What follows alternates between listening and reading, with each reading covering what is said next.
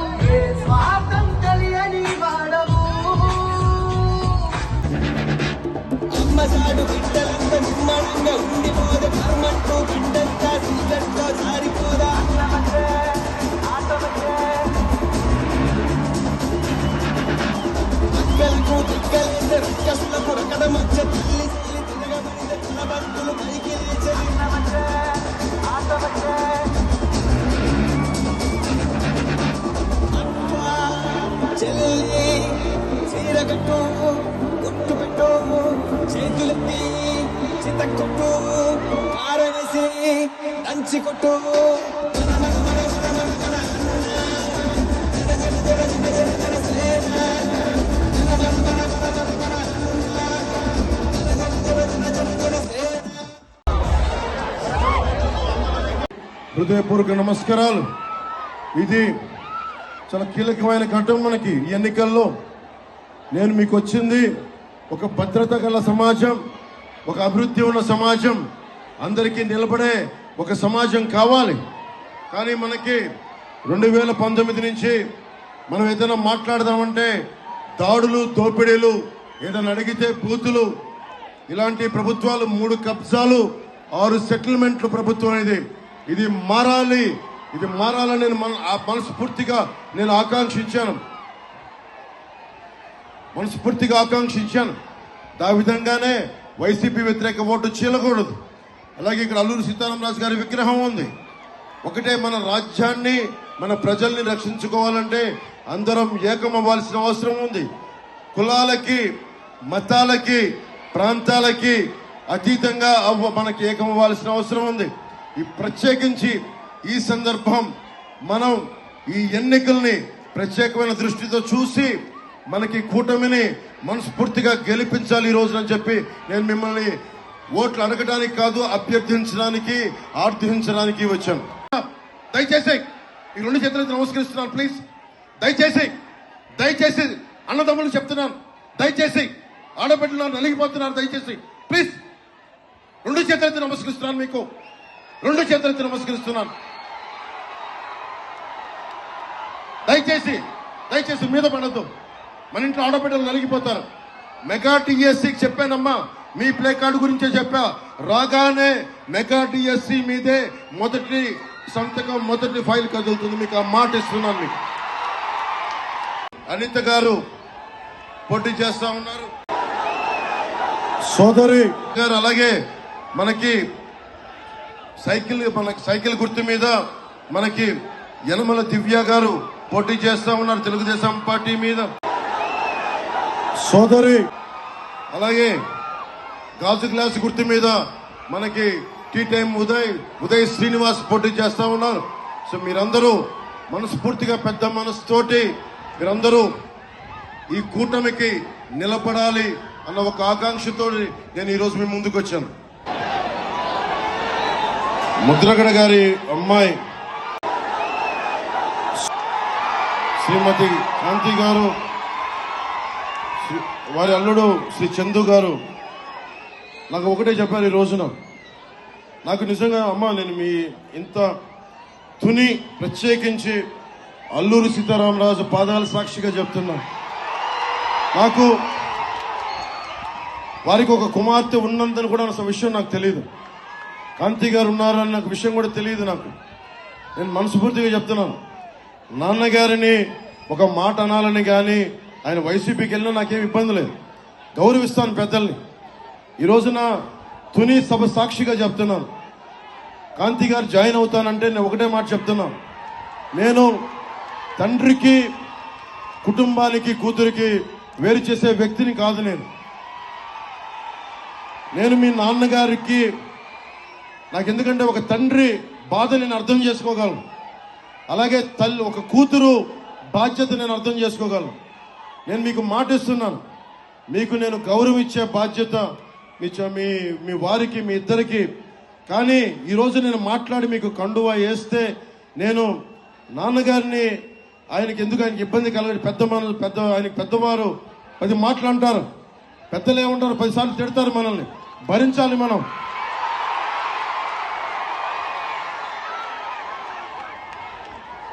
భవిష్యత్తులో నేను మీకు ఈరోజు మాటిస్తే ఇంత పెద్ద మనసుతోటి కాంతి గారు వచ్చారు. ఆవిడ నా సోదరి, మా ఆడపడుచు. నేను మిమ్మల్ని ఎన్నికలకి వాడుకున్నాడు పవన్ కళ్యాణ్ జనసేన అన్నది కాకుండా, నేను మీ నాన్నగారి దగ్గరికి మీరు నన్ను మీ ఇంటికి తీసుకెళ్ళండి, మీతో పాటు అప్పుడు నేను మీ ఇంటికి వస్తాను. నేను మిమ్మల్ని తీసుకెళ్ళి, ఎందుకంటే మన ఎన్ని గొడవలున్నా మనం వచ్చి కూర్చొని ఆయనతో మనం విభేదించవచ్చు, అభిప్రాయ భేదాలు ఉండొచ్చు, పాలసీ పరంగా విభేదాలు ఉండొచ్చు, కానీ వేరే పార్టీలో ఉండొచ్చు. కానీ నేను ఇచ్చే గౌరవం అందరికీ, పెద్దలందరికీ ఇచ్చే గౌరవం. మనం కలిసి ప్రయాణిస్తున్నాం, కలిసి ఉండాలి, విడిపోకూడదని కోరుకుంటున్నాం. నేను సగటు రాజకీయ నాయకుడిని కాదు, నేను మీ ఇంటి వాడిని, మీ కుటుంబ సభ్యుడిని, మీ సోదరుల్లో ఒకరిని, మీ అన్నదమ్ముల్లో ఒకరిని, సాటి మనిషిని, మానవ హక్కుల్ని కాపాడుకోవాలనుకునేవాడిని. నేను ముఖ్యంగా సోదరి కాంతి గారికి, వారి శ్రీవారు చందు గారికి కూడా ప్రత్యేకించి నేను మాటిస్తున్నాను, మిమ్మల్ని అందరి కుటుంబ సభ్యులతోటి మిమ్మల్ని తీసుకెళ్లి అప్పుడు నేను జనసేనలో మిమ్మల్ని సంపూర్ణంగా ఆహ్వానిస్తాను. ఈ రోజున జనసేనలో ఉన్నారు, కానీ మిమ్మల్ని చెయ్యపట్టి సగర్వంగా తీసుకెళ్లి నేను నాన్నగారి దగ్గర తీసుకెళ్లి మరి మీరు తీసుకెళ్ళండి, ఆయనకి చెప్పి మిమ్మల్ని తీసుకొస్తానని మనస్ఫూర్తిగా. ఇంకా మీరు బాగున్నారు, తల్లిదండ్రులు దీవెన ఉండాలి ఎవరికైనా. నాకు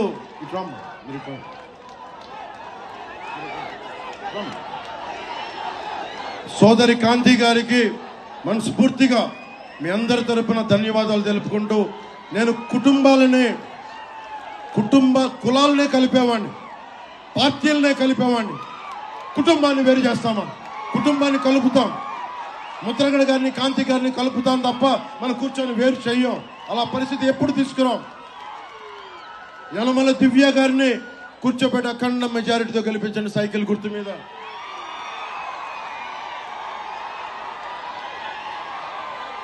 వంగల్పూడి అనిత గారు, అమ్మ మీరు పాయికరావుపేట నుంచి పోటీ చేస్తున్నారు. అలాగే టీచర్లకి మీకు ఉద్యోగ భద్రత కల్పించే బాధ్యత మేము తీసుకుంటాం. అన్ని సమస్యలకు మీకు ఆ ఉద్యోగ భద్రతను కల్పిస్తాం. మీకు టీచర్లకి గౌరవం ఇస్తాం, టీచర్లు గుండెల్లో పెట్టుకుంటాం. దయచేసి మీరు ఆ బాధ్యతను కల్పించే బాధ్యత మేము తీసుకుంటాం. పొల్యూషన్ అన్ని కూర్చొని శుద్ధి చేయకుండా నీళ్ళల్లో కలిపేస్తే మత్స్యకారుల జీవనోపాధికి దెబ్బ కలుగుద్ది అని ఒక భయం ఉంది. నేను మీకు మాటిస్తున్నాను, మనకి జనసేనది పర్యావరణాన్ని పరిరక్షించే అభివృద్ధి ప్రస్థానం. అలాంటి పర్యావరణం కోసం నేను మాటిస్తున్నాను. ప్రత్యేకించి ఇక్కడ దివీస్ ల్యాబొరేటరీస్ కనుక దివీస్ కెమికల్ కానీ ఏదైనా సరే ఇక్కడ ఉన్న మనకి ఈ ఫ్యాక్టరీస్ కాలుష్యాన్ని శుద్ధి చేయకుండా సముద్రంలో కనుక విడుదల చేస్తే మత్స్యకారుల జీవితాలకి ఇబ్బంది కలిగిన, కాలుష్యం వల్ల ప్రజలకు ఇబ్బంది కలిగిన, నేను ముందుండి, పవన్ కళ్యాణ్ ముందుండి, జనసేన ముందుండి, తెలుగుదేశం ముందుండి, భారతీయ జనతా పార్టీ ముందుండి, మేము ముందుండి కాలుష్యాన్ని, మీ జీవితాలని నాశనం చేయకుండా చూసుకునే బాధ్యత మాది. అమ్మవారి దీవెనలు కావాలి. తలుపులమ్మ అమ్మవారికి ప్రతిరోజు మొత్తం ఎంతో మంది, వేలాది మంది వచ్చి దర్శనం చేసుకుంటూ ఉంటారు. ముఖ్యంగా ఆదివారం ప్రత్యేకించి మహిళలే వంట సామాగ్రి అన్ని సప్లై చేస్తారు. వారికి అండగా ఉండే ప్రత్యేకమైన షెడ్లు కానీ, మనకి వసతులు కానీ కూటమి ప్రభుత్వం దివ్య గారి నాయకత్వంలో, అలాగే ఉదయ్ శ్రీనివాస్ గారి నాయకత్వంలో జరిగేలా ముందుకు తీసుకెళ్తాం. దయచేసి ఈ రెండు చేతులతో నమస్కరిస్తున్నాను. ప్లీజ్ దయచేసి అన్నదమ్ములు చెప్తున్నాను, దయచేసి ఆడబిడ్డలు నలిగిపోతున్నారు, దయచేసి ప్లీజ్ రెండు చేతులతో నమస్కరిస్తున్నాను. మీకు రెండు చేతులతో నమస్కరిస్తున్నాను. దయచేసి మీద పడద్దు. మన ఇంట్లో ఆడబిడ్డలు నలిగిపోతారు. మెగా టీఎస్సీకి చెప్పానమ్మా, మీ ప్లే కార్డు గురించే చెప్పా. రాగానే మెగా టీఎస్సీ మీదే మొదటి సంతకం, మొదటి ఫైల్ కదులుతుంది. మీకు ఆ మాట ఇస్తున్నాను. మీకు మంత్రి దాడిశెట్టి రాజా గారు మనకి దాడిశెట్టి రాజా గారు చెరువుల సంగతి చెరువుల బదులు లోయలు చేశారు. ఎక్కడికి వెళ్ళినా నది ఇసుక, సముద్రపు ఇసుక ఎక్కడ పెట్టినా గుంతలైపోయినాయి. ఎక్కడ చూసినా సరే R&B మినిస్టర్ అయినా కానీ గోతులు, రోడ్లంతా గోతులు. ఎక్కడ చూసినా సరే ఏదైనా అడిగితే నోట్లోంచి బూతులు, ఏదైనా మాట్లాడితే దాడులు, ఏమైనా అడిగితే దోపిడీలు. మొన్న జర్నలిస్ట్ సోదరులు కూడా చెప్పా, జర్నలిస్టుల మీద దాడులు జరిగిపోయినాయి. మొట్టమొదటిసారి తునిలోనే ఒక పాపులర్ పేపర్ విలేకరిని దారుణంగా చంపేశారు. ఇది పత్రికా స్వేచ్ఛకి విఘాతం కలగకుండా కూటమి ప్రభుత్వం మీకు అండగా ఉంటుంది. అలాగే తునిలో విపరీత బలమైన వాణిజ్య కేంద్రం, వ్యాపార కేంద్రం, ఇలాంటి తునిలో ఉన్న మార్కెట్ యార్డుకి నిర్వహణ సరిగ్గా లేదు, విశ్రాంతి గదులు లేవు. యార్డులు అభివృద్ధి చేయాలి, తాగునీరు, విశ్రాంతి హాలు సౌకర్యాలు కావాలని ఉంది. మీరు యనమల దివ్య గారిని మనస్ఫూర్తిగా జనసేన మద్దతుదారులు, జన సైనికులు అందరూ అండగా ఉండండి. మార్కెట్ యార్డు తాలూకు అవసరాలని, విశ్రాంతి గదులని, తాగునీరు, ఏ సౌకర్యాలు కావాలో అవన్నీ కల్పించే బాధ్యత తీసుకుంది. చాలా అవసరమైన రీటైలింగ్ వాల్ నిర్మాణం వల్ల ఇక్కడికి ఇసుక అమ్ముకొని కొన్ని కోట్లు సంపాదించుకున్నారు, కానీ రీటైలింగ్ వాల్ నిర్మాణం చేయలేకపోయారు. ఆర్థర్పేట్ నుంచి పెరుమళ్ళపురం వరకు ఉన్న ఇసుక ర్యాంపులన్నీ అడ్డగోలుగా తవ్వేశారు. దశాబ్దాల వరకు తవ్వుకోవాల్సిన 5 సంవత్సరాల్లో తవ్వేశారు. కోటనందూరు మండలం నుండి తాండవ నదీ పరివాహక ప్రాంతాల్లో ఉన్న ఇసుక తవ్వకాలు వద్దని హైకోర్టు చెప్పినా కానీ కోర్టు ఆర్డర్ ఉన్నప్పటికీ కూడా ఈ రోజుగా కూడా తవ్వేస్తున్నారు. ఒకవైపు భవన నిర్మాణ కార్మికుల సంక్షేమ నిధి నుంచి 450 కోట్లు దోచేశారు. సముద్రపు ఇసుక, తాండవ నది ఇసుక, గోదావరి ఇసుక కింద అమ్మేస్తా ఉన్నారు. భవిష్యత్తులో ఈ కట్టడాలకి సముద్రపు ఇసుకని బిల్డింగులకి వాడడం భవిష్యత్తులో నిర్మాణాలకి చాలా ఇబ్బందికరమైన పరిస్థితి ఏర్పడుద్ది. ఇప్పుడు చెరువులు ఉండే, మనకి 100 చెరువులు పైగా ఉండే, ఈ రోజున అవన్నీ మట్టి తవ్వి లోయలుగా ఉండిపోయినాయి. పంపా రిజర్వ్ కావాల్సిన మరమ్మతులు కానీ, కాలువ పూడికలు కానీ ముందస్తుగా చేయాలి. ఆ బాధ్యత మేము తీసుకుంటాం. గవర్నమెంట్ అధికారులు కూడా, ఫిషరీస్ వాళ్ళు కూడా దాదాపు ప్రతి ఒక్కరిని 10 లక్షల రూపాయలు లంచాలు అడుగుతున్నారు. కూటమి ప్రభుత్వం రాగానే ఈ హ్యాచరీస్ కి పరిపూర్ణ స్వేచ్ఛ కల్పించి మీరు ఎవరికి లంచాలు ఇవ్వని పరిస్థితిని కూటమి ప్రభుత్వం తీసుకొస్తుంది. ల్యాండ్ యాక్ట్ ని కాస్త, ల్యాండ్ టైటిలింగ్ యాక్ట్ ని కాస్త ఈ రోజున ల్యాండ్ గ్రాబింగ్ యాక్ట్. 25,000 కోట్లు మన పక్కనున్న వైజాగ్ లో దాదాపు సర్క్యూట్ హౌస్ సహా 25,000 కోట్ల రూపాయలని తాకట్టు పెట్టాడు. అలాంటి వ్యక్తి సొంత చెల్లికి పాస్తులు ఇవ్వలేదు, తల్లికి మర్యాద ఇవ్వడం, 30,000 మంది ఆడబిడ్డలు వెళ్ళిపోతే మాట్లాడడం. అలాంటి వ్యక్తి మాటలు మనం ఎలా నమ్ముతాం? 450 కోట్ల రూపాయలు భవన నిర్మాణ కార్మికుల సంక్షేమ నిధి నుంచి తీసుకున్నాడు. 1300 కోట్ల రూపాయలు రంగులు మార్చడానికి, మనకి వైసీపీ రంగులు మార్చిన ప్రభుత్వ భవనాలకి తీయడానికి 1000 కోట్లు, కానీ ఫీజు రీయింబర్స్మెంట్ కి డబ్బులు లేవు. కూర్చోబెట్టి భవన నిర్మాణ కార్మికులకు డబ్బులు లేవు. మరి ఇలాంటి వ్యక్తి చేతులు మీ ఆస్తి పాస్తులు పెడితే జగన్ మావాడు, మనవాడు, లేదంటే దాడిశెట్టి రాజా మావాడు అనుకొని మీరు ఓట్లేస్తే మీ ఆస్తులు పాస్తులు అన్ని గాల్లో దీపం పెట్టినట్టే. ఇన్ని ఆస్తులు తాకట్టు పెట్టినాడు, రేపొద్దున భవిష్యత్తులో మీ ఆస్తులు తాకట్టు పెట్టడానికి గ్యారెంటీ ఏంటి? జీవో ఇష్యూ చేయలేదని చెప్తా ఉన్నాడు, అభిప్రాయ సేకరణ అంటున్నాడు, ఒకవైపు జీవోను కూడా ఇష్యూ చేశాడు. సో దీన్ని దృష్టిలో పెట్టుకొని నేను మీకు మర్యాదగా, జాగ్రత్తగా ఆలోచించండి ఒకసారి. ఇది ప్రభుత్వానికి, మీరు ముఖ్యంగా వైసీపీ మద్దతుదారులు చెప్తా ఉన్నాం, మీరు ఆలోచించుకొని ఓటేయండి. ప్రభుత్వం ఎలాగో మారిపోతుంది, కానీ వైసీపీ మద్దతుదారులు మీరు ఆలోచించుకోండి. భవిష్యత్తు మీది, ఆస్తి పాస్తులు మీవి, మావి కావు. మేము రాగానే మనకి ల్యాండ్ గ్రాబింగ్ యాక్ట్ ని రద్దు చేసే బాధ్యత కూటమి ప్రభుత్వం తీసుకుంటుంది. ముఖ్యంగా ఏబీసీ సంబంధించి, ఆర్థికంగా వెనుకబడ్డ తరగతులకు సంబంధించి 10% కోటా. ఏ కులంలో పేదరికం ఎక్కువ ఉంది? కాపుల్లో పేదరికం ఎక్కువ ఉంటే కాపులకి ఎక్కువ, లేదంటే బ్రాహ్మణ సమాజంలో కానీ వెలమ, కమ్మ, రెడ్డి ఎవరైనా సరే ఓసీ కులాలు ఎక్కడ ఎక్కువ పేదరికం ఉంటే ఈబీసీ కోట వారికి అప్లై చేస్తామని తెలియజేసుకుంటా ఉన్నాం. కూటమి అఖండ విజయం సాధిస్తున్నాం. వైసీపీ అవినీతి కోటలు బద్దలు కొడుతున్నాం.